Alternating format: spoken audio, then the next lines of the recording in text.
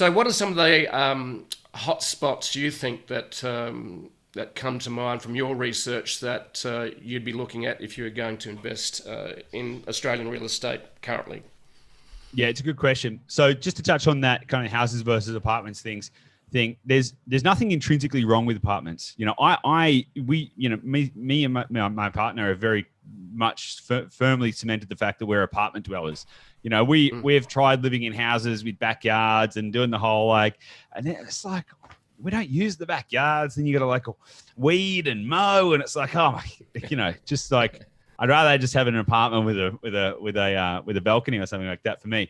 So apartments definitely have their place from a lifestyle perspective. Okay, so now from to that degree, that's often what drives a lot of places. Like so, for example, owning you can kind of say, oh, apartments don't get much capital growth, but that's not always true. If you look at apartments in somewhere like Bondi, where I am, you know, they have a good history of getting good capital growth. So you can't just exchange those two ideas.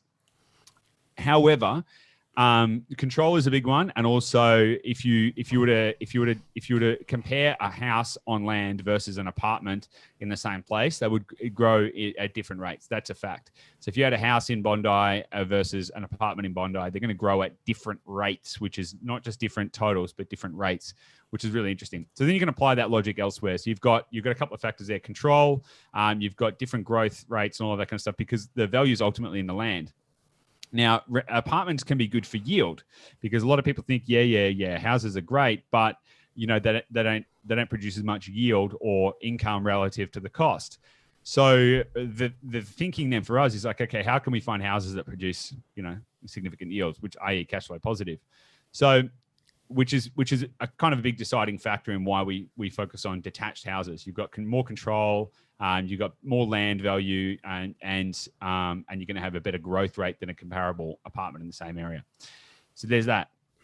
Now, in terms of where to buy, that's a really interesting question. I always refer to when to buy, because as you said a moment ago, the property markets all around the world are different, but it's not even just around the world. It's even within Australia, and even within Australia, it's within localities. So, for example, within Sydney, there's many different markets that are all doing very, very, very different things. So you've actually got to look at it from multiple levels. Now, the way that we do our research is that I'm going to switch this around for a second. The way that most people go out trying to buy a property is they go, great, I want to buy an investment property. And then they start looking for properties. That kind of makes sense, right? Mm-hmm. You guys start looking for houses. Mm-hmm.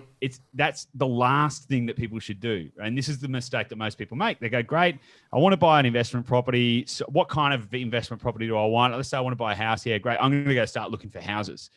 And the problem with doing that is you're essentially fishing in a pond of roughly about, 250,000 potential houses on the market at any given point in time. So you've got to take a different approach to identify the where and the when simultaneously.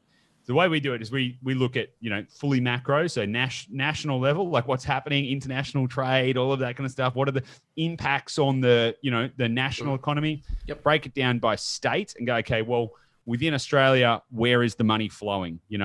Where is it going? Why? Where are people moving and why? What's actually happening? An interesting fact is that interstate migration actually is double the volume of international migration. So if there's 400,000 people that come into Australia every year in a normal year, there's 800,000 people move internally. So interstate migration is actually a bigger driver of property markets than international migration, which is really, really interesting. So we want to look at where people are moving and why, and break that down and break that down and break that down. Now, once you get down to sort of like a few investable suburbs, you've then, which, you could be about 1,500 investable suburbs at any given point in time, investment grade. You've then got to go, okay, well, where are they in their market cycle? Now, markets don't move in circles like a cycle. They actually move kind of more like a set of steps. They go up and then they go sideways and then they go up and then they go sideways.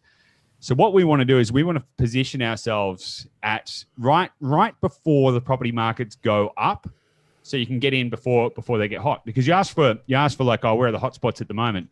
The problem with that thinking is that you're then looking for what is the current hotspot. Yep. So you're saying, where's everyone buying? And then all of a sudden you rush there like everyone else, and then all of a sudden you're competing with everyone else. And guess what?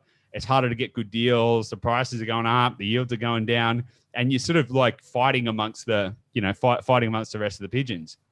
What we want to do is we want to go, okay, where is demand going? Now, one of the best things I ever heard about business was making money in business is easy. Just work out where demand is going, stand in front of it and open your wallet, right?